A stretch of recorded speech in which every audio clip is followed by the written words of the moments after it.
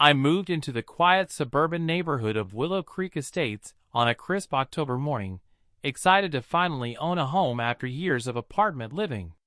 The tree-lined streets, well-maintained lawns, and friendly waves from neighbors seemed like the perfect place to settle down. My job as a corporate attorney had been demanding, but the recent promotion to senior partner meant I could finally afford this beautiful colonial-style house with its wraparound porch and spacious backyard. I had no idea that my love of Christmas decorations would spark a conflict that would consume the next 2 months of my life. The trouble started in mid-November when I began planning my holiday display. I'd always loved Christmas lights, the way they brightened the dark winter evenings and brought joy to everyone who passed by. Growing up, my father and I would spend entire weekends stringing lights across our modest home, and it had become a cherished tradition. This year, with my own house and a decent budget to work with, I wanted to create something special. Nothing too crazy, just a tasteful display of white icicle lights along the roofline, some illuminated wreaths on the windows, and a few elegant light-up reindeer on the lawn. Before we continue, if you're enjoying this story of neighborhood drama and epic revenge, please hit that like button and subscribe to Karen Eat World for more unbelievable tales of entitled people getting exactly what they deserve. Trust me, you won't want to miss how this one ends. I spent a Saturday in late November carefully hanging the lights, making sure everything was level and properly secured. The display was classic and elegant, nothing garish or overwhelming. That evening, when I plugged everything in for the first time, I stood back and admired my work. The warm white lights created a welcoming glow that made my house look like something from a holiday card. Several neighbors stopped their evening walks to compliment the display, and I felt a genuine sense of pride and holiday spirit. Then I met Karen. She appeared at my front door the very next morning, a thin woman in her mid-50s, with severely pulled back hair and a permanent expression of disapproval etched into her face. She wore a fleece vest with the Willow Creek Estates HOA logo embroidered on it, which she pointed to immediately upon my opening the door. "Hello, I'm Karen Hendricks, Vice President of the Willow Creek Estates Homeowners Association. I noticed you put up Christmas decorations." Her tone made it clear that noticing my decorations was not a positive experience for her. I smiled politely and confirmed that yes, I had indeed decorated for the holidays. I explained that I'd been careful to use outdoor-rated materials and had checked that all my electrical connections were safe and up to code, thinking perhaps she had concerns about fire safety. That's not the issue. The HOA has very specific guidelines about holiday decorations, and I don't believe you've submitted the proper paperwork for approval. I felt my smile falter slightly. Paperwork? For Christmas lights? I'd reviewed the HOA bylaws when I purchased the house, and while there were rules about permanent structural changes and exterior paint colors, I didn't recall anything about getting approval for temporary holiday decorations. I mentioned this to Karen, keeping my tone friendly and reasonable. Her eyes narrowed. The guidelines were updated last year. All exterior decorations, including temporary holiday displays, must be submitted for approval at least 30 days in advance. You're in violation. I asked to see these updated guidelines, and she produced a printed document from the folder she'd been carrying. Sure enough, buried in the middle of page 7, was a new section about seasonal decorations. However, as I read through it more carefully, I noticed that my display actually complied with all the listed restrictions regarding size, light color, and placement. I pointed this out to Karen. You still didn't submit for approval. That's a violation regardless of compliance. I'm going to have to issue you a warning and require you to take down the lights until proper approval is granted. Something in her tone suggested this wasn't really about HOA rules. This was about control. I'd seen this type of personality before in my legal work, people who found small positions of power and wielded them like weapons to compensate for something lacking in their own lives. but I decided to take the high road. I apologized for not knowing about the updated guidelines and asked what I needed to do to submit for approval. The next HOA meeting isn't until January 15th, so approval couldn't be granted until then at the earliest. You'll need to remove the decorations immediately and can resubmit for next year. I felt my patience beginning to wear thin, but I maintained my composure. It was now November 20th. Christmas would be over long before any meeting in January. This was clearly unreasonable, and I suspected Karen knew it. I explained that it seemed counterproductive to make me remove decorations that were compliant with all the actual guidelines, only to potentially approve identical decorations that wouldn't go up for another year. Rules are rules. If I make an exception for you, I'd have to make exceptions for everyone. I took a deep breath and tried a different approach. I offered to submit the paperwork immediately and asked if there was any way to expedite the approval process, perhaps through email voting by the board members or an emergency meeting. Karen's smile was thin and triumphant. I don't think you understand how serious HOA violations are. If you don't remove the lights within 48 hours, you'll start accruing daily fines of $50. I suggest you comply. She turned and walked away before I could respond, leaving me standing in my doorway absolutely stunned. $50 a day? For Christmas lights that violated only a technicality about prior approval, not any actual safety or aesthetic guideline. This was insane. I spent that evening researching my options. As an attorney, I knew that HOA rules, while binding, were still subject to reasonableness standards and couldn't be enforced in ways that were arbitrary or capricious. I drafted a formal letter to the HOA board, explaining the situation and requesting an emergency review.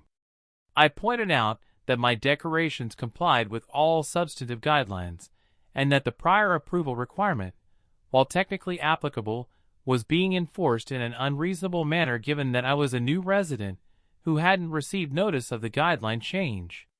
I sent the letter via certified mail and email to all board members, whose contact information was listed on the HOA website. I felt confident that reasonable people would see this for what it was, an overzealous enforcement of a minor technicality, and would grant a retroactive approval or at least waive the fines while the matter was reviewed. I was wrong. 2 days later, I received a formal notice of violation from the HOA, signed by Karen and the HOA president, stating that my lights were in violation and that daily fines would begin accruing as of December 2nd. The notice made no mention of my letter or request for review. When I called the HOA president, a man named Tom who seemed uncomfortable with the whole situation, he explained that Karen had convinced the board that allowing my decorations without prior approval would set a dangerous precedent. Look, I personally think this is ridiculous, but Karen is very passionate about maintaining standards in the neighborhood. She's threatened to resign if we don't back her up on this, and honestly, she does so much work for the HOA that the rest of us don't want to deal with. It's easier to just go along with her. So it was easier to fine me $50 a day than to deal with Karen's tantrum. I thanked Tom for his honesty and hung up, my mind already working through the legal options available to me. I could fight this in court, argue that the fines were unreasonable, and that the HOA was applying its rules in an arbitrary manner. I'd probably win eventually, but it would take months and cost more in legal fees than the actual fines, even though I could do much of the work myself. But this wasn't really about the money. This was about principle. And this was about Karen, who had decided to make my life difficult because she enjoyed exercising power over others. I kept the lights up. December brought more harassment from Karen. She drove by my house multiple times a day, sometimes stopping to take photos of my decorations as evidence. She sent me nasty emails about being a scofflaw and a bad neighbor. She left printed violation notices on my front door, each one itemizing the accumulating fines, which had reached $700 by mid-December. She even called the police at one point, claiming my lights were a public nuisance, though the officer who responded was extremely apologetic and said there was clearly no violation of any actual laws. The turning point came on December 18th. I was leaving for work when I noticed Karen standing on the sidewalk in front of my house, talking to an elderly couple who were admiring my lights. As I walked to my car, I overheard her telling them that I was a terrible person who thought I was above the rules and that my selfish behavior was ruining the neighborhood. The couple looked uncomfortable and hurried away. Karen noticed me and smiled, that same thin, triumphant smile she'd given me at our first meeting. The fines are up to $850 now. That's going to be quite a hit to your finances. Maybe you should have just followed the rules. Something inside me snapped. Not in an angry, aggressive way, but in a cold, calculating way. I'd been treating this as a minor annoyance, something to be endured until Christmas passed, and the whole thing became moot. But Karen had made this personal. She was actively trying to damage my reputation with my neighbors, and seemed to take genuine joy in causing me stress. I smiled back at her. You know what, Karen? You're absolutely right. I should take rules more seriously. She looked momentarily surprised by my agreement, then suspicious. Does that mean you're going to take down the lights and pay the fines? I'm definitely going to pay more attention to rules. All of them. Have a great day, Karen.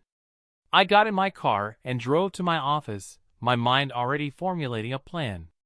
If Karen wanted to play the game of strict rule enforcement, I was more than happy to oblige. But unlike Karen, I had resources she couldn't match.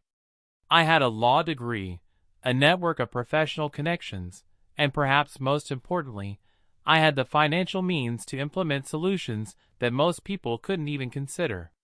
I started my research that afternoon. I pulled every document related to the Willow Creek Estates HOA, every bylaw, every guideline, every covenant and restriction that had been filed with the county. I read through hundreds of pages of meeting minutes going back to when the neighborhood was first developed.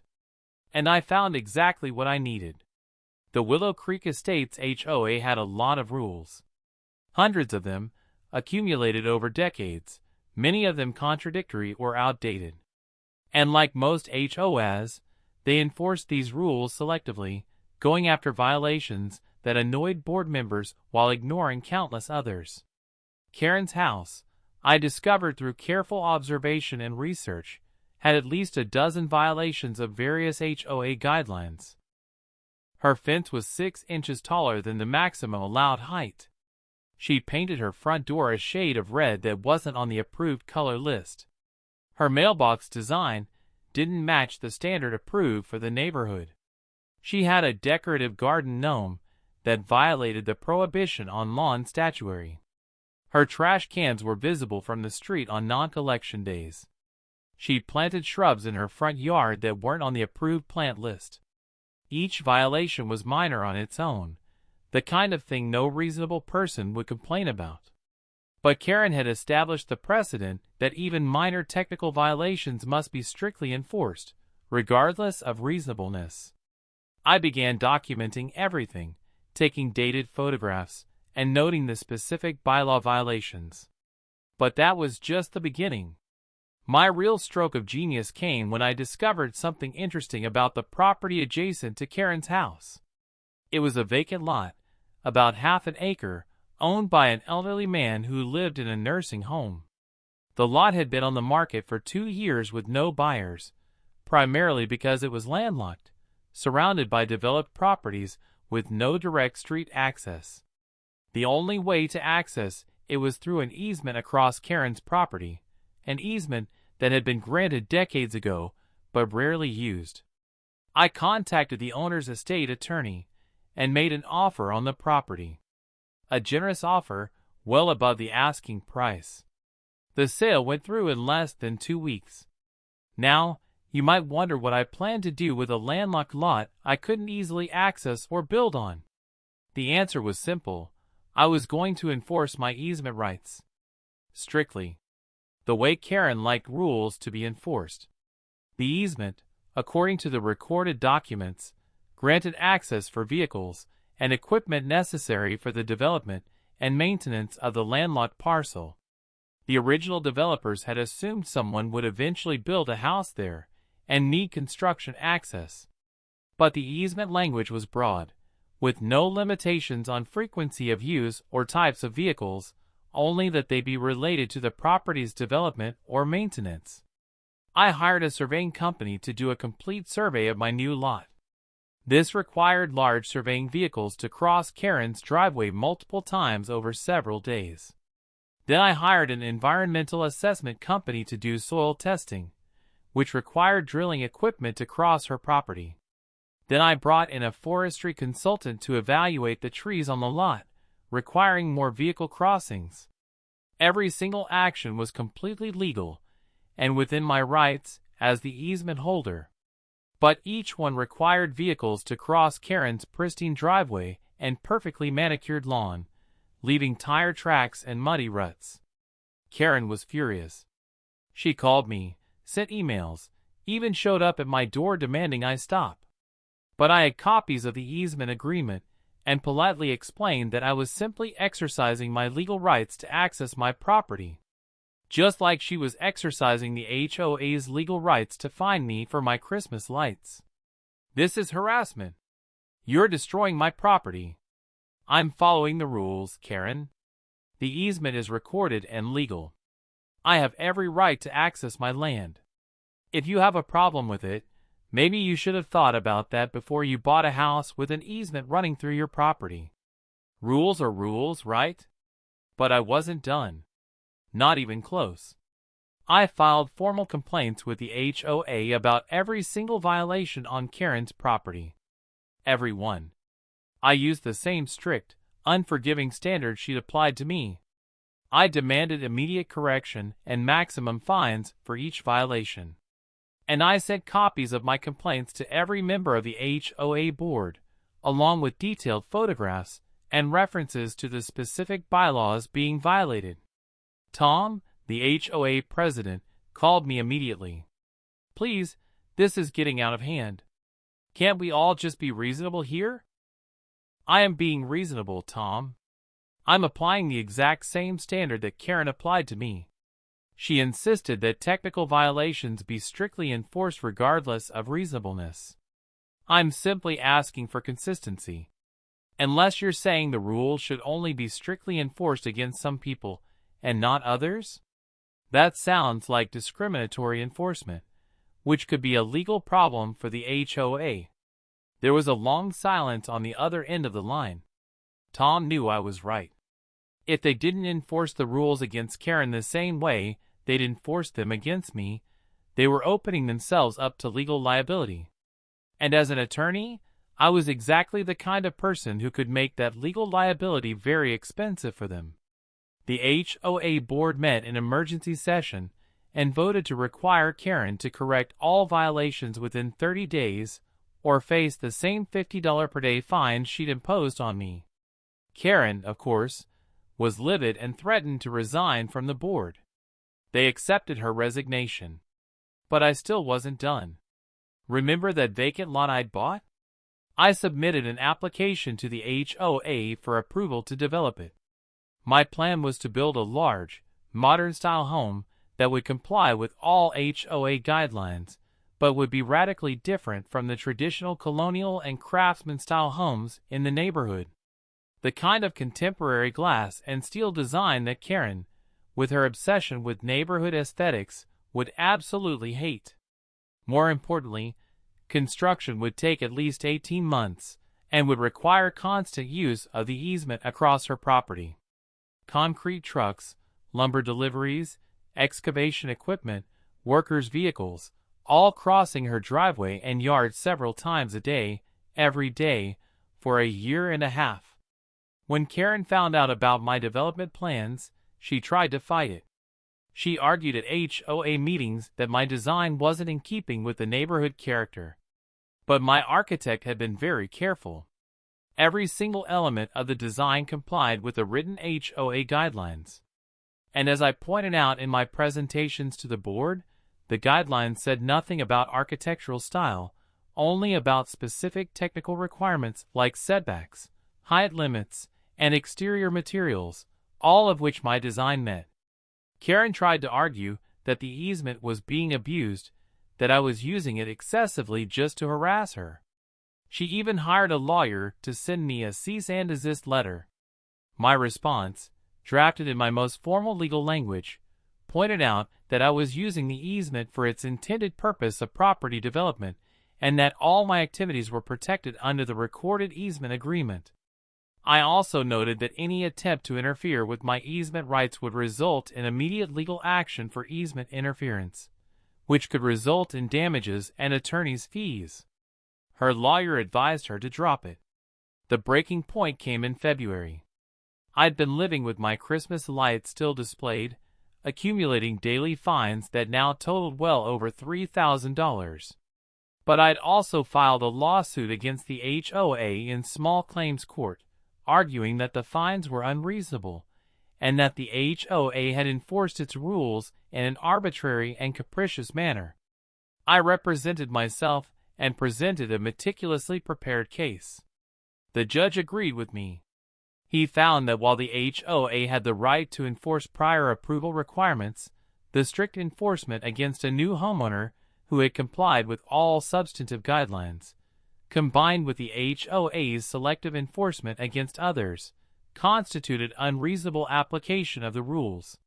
He voided all the fines and ordered the HOA to refund any amounts I'd paid, plus court costs.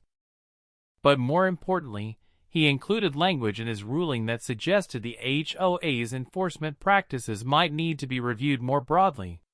This got the attention of other residents who'd been subjected to selective enforcement over the years. Within weeks, a group of homeowners had filed a class action lawsuit against the HOA, alleging years of discriminatory and arbitrary rule enforcement. The HOA's insurance didn't cover this kind of liability, and the legal fees started mounting quickly. The board was forced to hire an attorney and began settlement negotiations. The final settlement required the HOA to revise all its enforcement procedures, provide training to board members, and pay damages to multiple homeowners. The total cost was over $80,000. The HOA had to levy a special assessment on all homeowners to pay for the settlement. Every house in Willow Creek Estates received a bill for $500, except for one person, who had to pay significantly more.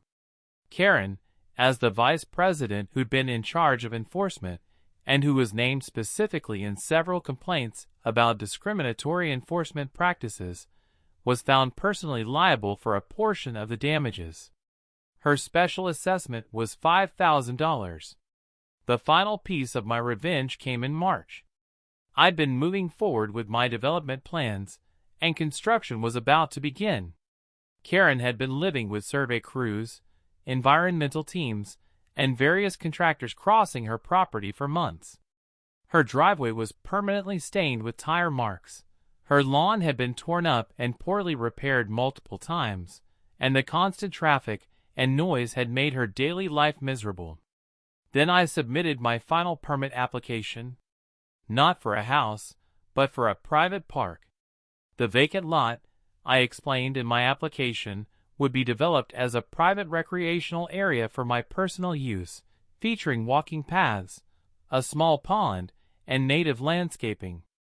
Construction would require even more intensive use of the easement over the next year, including excavation equipment, water trucks, and landscape supply deliveries. And once completed, I would have the right to access my park whenever I wanted, meaning regular trips across her property for the foreseeable future. All completely legal and within my easement rights. I submitted the application on a Tuesday morning. By Tuesday afternoon, I received an email from Karen. It was short, with no greeting or signature, just 3 sentences. What do you want? What will make you stop?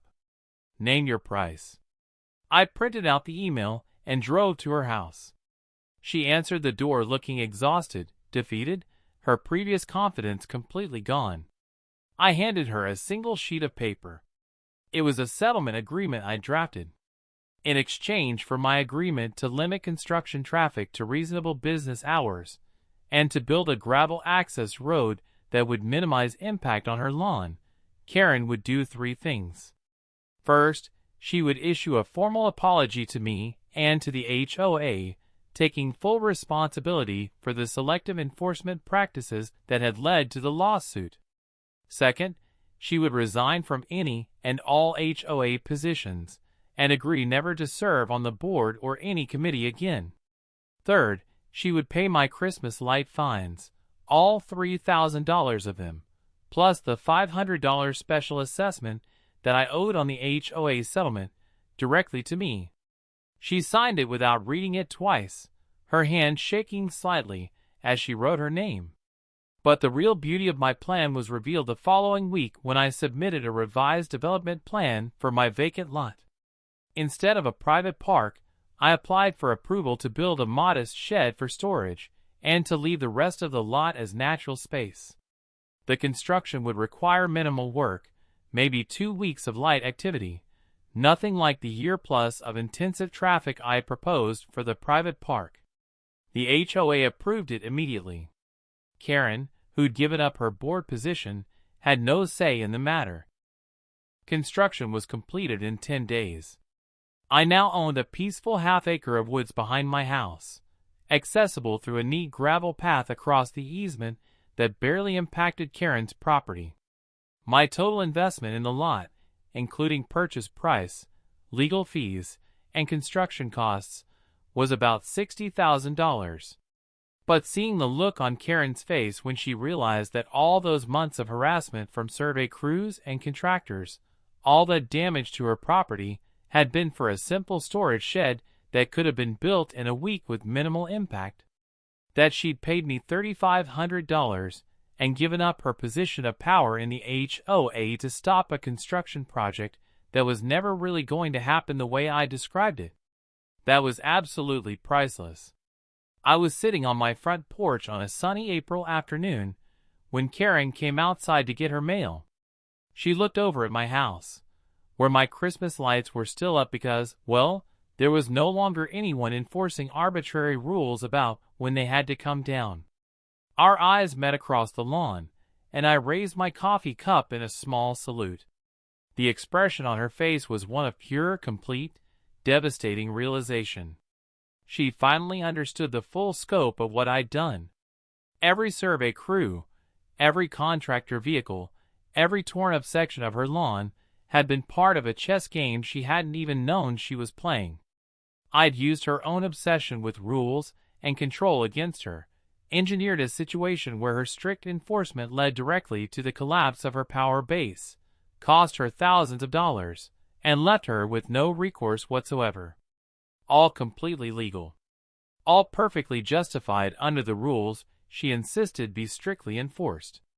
All designed specifically to turn her complaint about my Christmas lights into her own total downfall. She stood frozen on her front lawn, the mail forgotten in her hands, staring at me with an expression of shocked comprehension as the full magnitude of her defeat washed over her face. If you enjoyed this epic tale of neighborhood justice and want to hear more stories about entitled people getting exactly what they deserve, make sure to smash that like button and subscribe to Karen E. World. Hit the notification bell so you never miss an update. Trust me, the stories only get better from here. Thanks for listening, and remember, sometimes the best revenge is simply holding people to their own standards.